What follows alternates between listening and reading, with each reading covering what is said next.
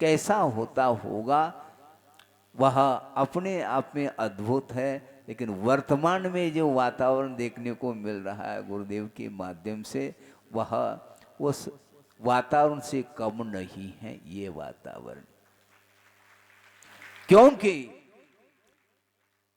चतुर्थ काल में तीर्थंकर विद्यमान रहते हैं, दीर्घ सहनन आदि रहता है। इस अपेक्षा से मोक्ष मार्ग पर आरूढ़ होकर के साधना करने वाले करते हैं और केवल ज्ञान आदि को प्राप्त करते हैं, ये बिल्कुल ठीक है।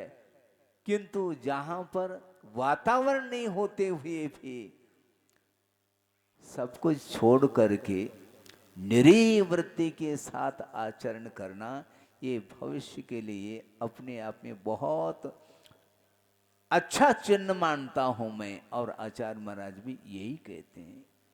वर्तमान में यद्यपि मोक्ष मार्ग लंबा चौड़ा है, उतना तो नहीं चल पाएंगे, किंतु वर्तमान में ये पंचम काल होने के उपरांत भी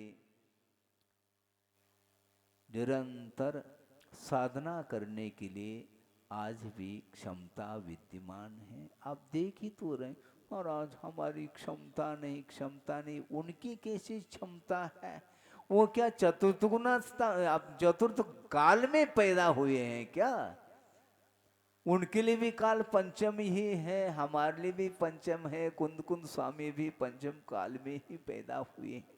इसके उपरांत में एक निष्ठा है, एक लगन की बात है, एक कर्तव्य निष्ठता की बात हो गई।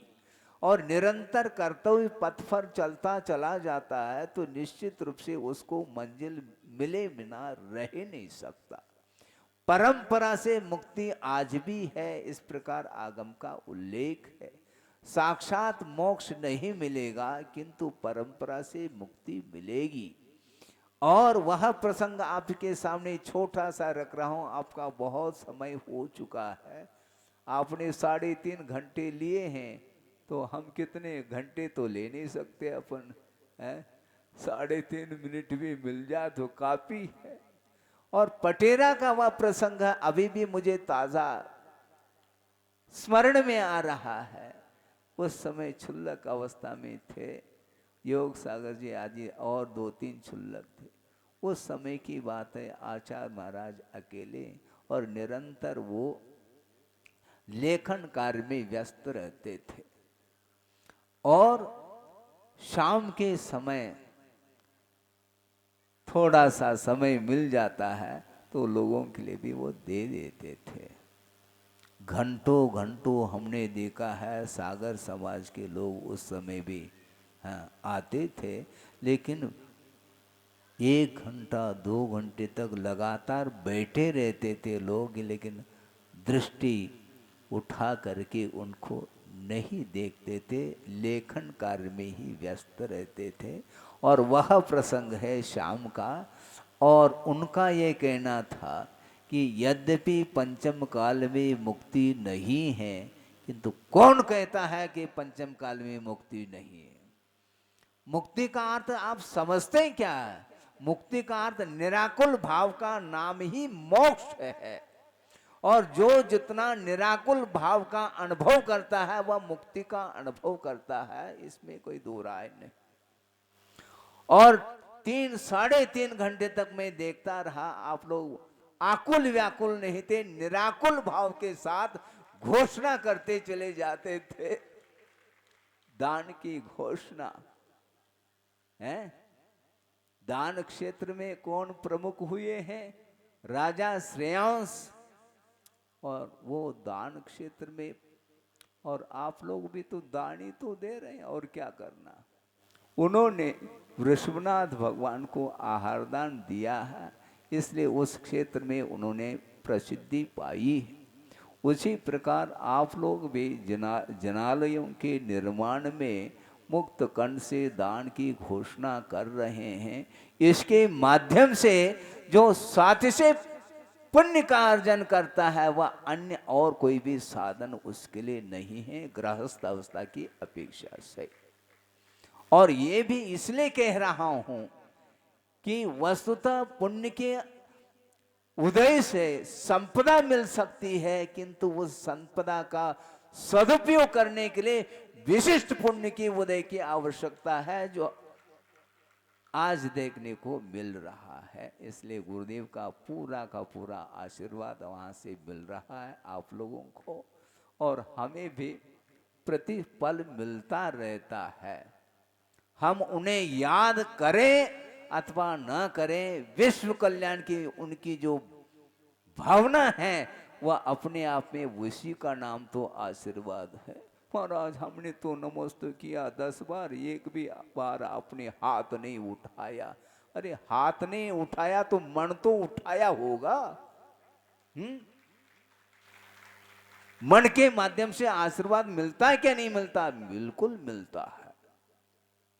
आचार्य महाराज कहते हैं विद्यमान विदेह में 20 तीर्थंकर हैं, उनका आशीर्वाद मिलता रहता है। कभी भी वो आशीर्वाद देते नहीं, किंतु अभिशाप भी तो नहीं देते वो है? आशीर्वाद नहीं देने का अर्थ क्या है? क्या वात्सल्य गुण समाप्त हो जाएगा क्या उनका? ऐसा नहीं। सबका विश्व का कल्याण हो, इस प्रकार के परिणाम के माध्यम से ही तीर्थंकर प्रकृति का बंद होता है, और बंद होने के उपरांत जब उदय होता है तो फिर कहना ही क्या है।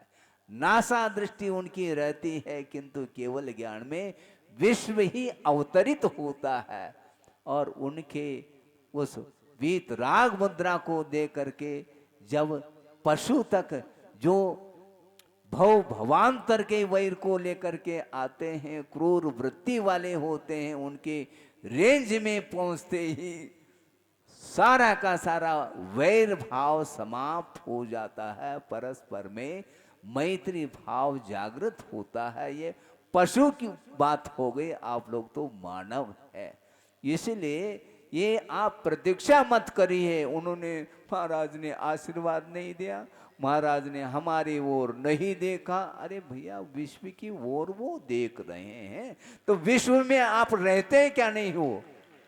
आप विश्व के बाहर हैं क्या आप? जब विश्व के लिए आशीर्वाद मिल रहा है, प्राणी मात्र के लिए आशीर्वाद है, इसलिए इसमें ज्यादा विकल्प करने की आवश्यकता नहीं।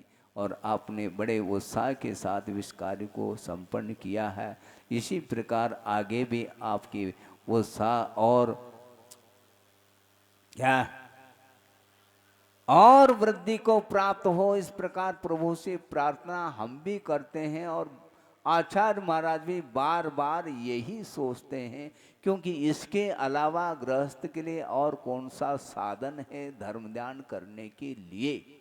विशेष यदि मान लो ज्ञानावरणी कर्म का क्षोभशम हो अथवा न हो, किंतु देव शास्त्र गुरु के प्रति जो समर्पण का भाव है, श्रद्धान का भाव है, उसके माध्यम से भी भवांतर का वह पाप धुल जाता है, धुल गया है, और इसी प्रकार वह धुलता रहे। इस पवित्र भावना के साथ अहिंसा परमो धर्म की जय। बोधि समाधि परिणाम शुद्धि स्वात्मोपलब्धि शिव शोक शुद्धि चिंतामणिम चिंतित वस्तुदाने त्वामंद मानस्य ममास्तु। परम पूज्य आचार्य गुरुवर श्री विद्यासागर मुनि महाराज की परम पूज्य।